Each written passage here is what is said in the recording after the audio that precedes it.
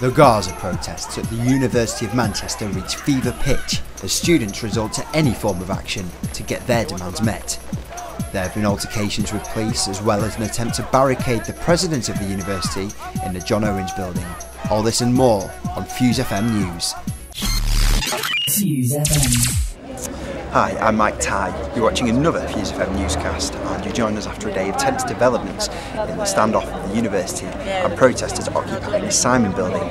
Right now, the atmosphere is tense as the protesters attempt to stop Professor Alan Gilbert, Vice Chancellor of the university, and senior staff from leaving the John Owens building in their cars. We don't know what's going to happen, but one thing's for sure, this has been a day of extraordinary events. The day began with a rally outside the Students' Union on Oxford Road.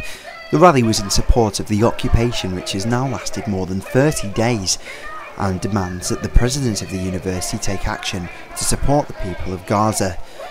Guest speakers were invited to talk, including student Victoria Palazzo. I can see how many people here I've never seen before, and all of you want something that you can stand up and say, yes, this is my university, I go to the University of Manchester, this university does not fund the arms trade, this university gives scholarships to the oppressed people.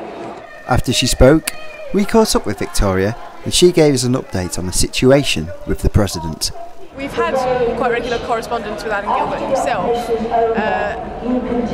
and he has indicated to people that he is willing to accept some of our demands, but for some reason he seems a little bit uncomfortable with negotiating with us at the moment. Victoria said she became motivated to join the protest after watching the attacks on the news.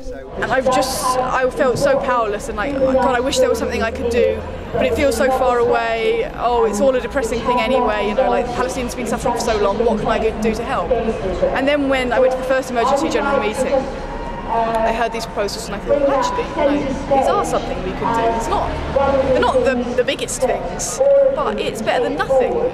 The protests then advanced down Oxford Road and eventually moved to the old quad in between Whitworth Hall and the John Owens building. Here, the protesters held another rally and asked the president to respond to their demands. However, no such response was forthcoming. Students were emphatic in making their demands known. When our government says it is willing to spend £20 million supplying weapons to Israel, while at the same time attacking Hamas for getting arms from Iran, our government has got blood on its hands, and as long as the university is investing in the arms trade, it has blood on its hands. The John Owens building was sealed and extensively guarded by security. The rally came to a sudden halt when protesters were warned of a need for numbers at the back end of the building. As they turned the corner, the sight of police detaining a student was enough to cause them to rush to the scene.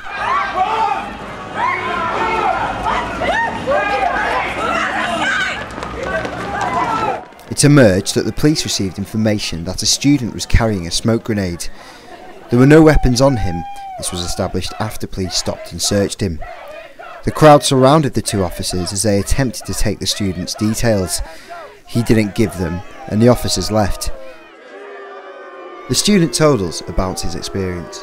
I had a few feet running up against a few people running up behind me, and I got grabbed and pushed up against the wall and detained under Section 1 of PACE or something, and they claimed that I had an offensive weapon.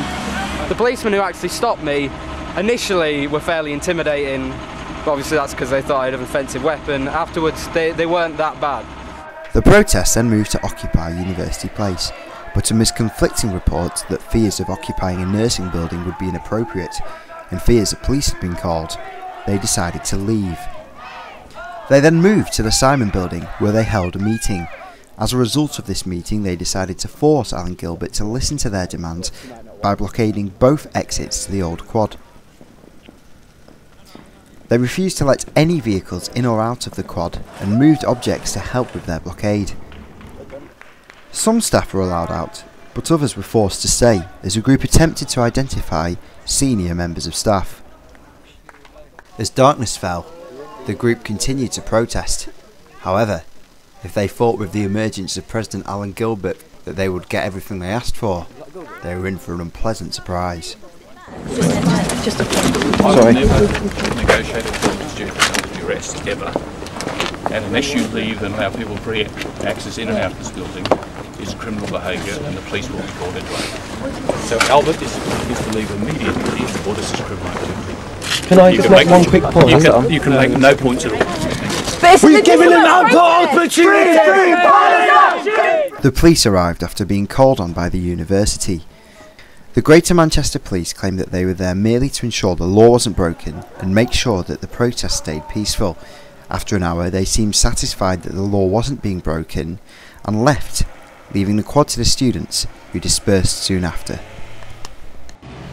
At the time of broadcast, it is unclear what is going to happen. President Gilbert has written to the occupation, instructing them to leave or face disciplinary action. So far, though the occupation continues, no action has been taken by the university. Reporting for Fuse FM, I'm Mike Tighe.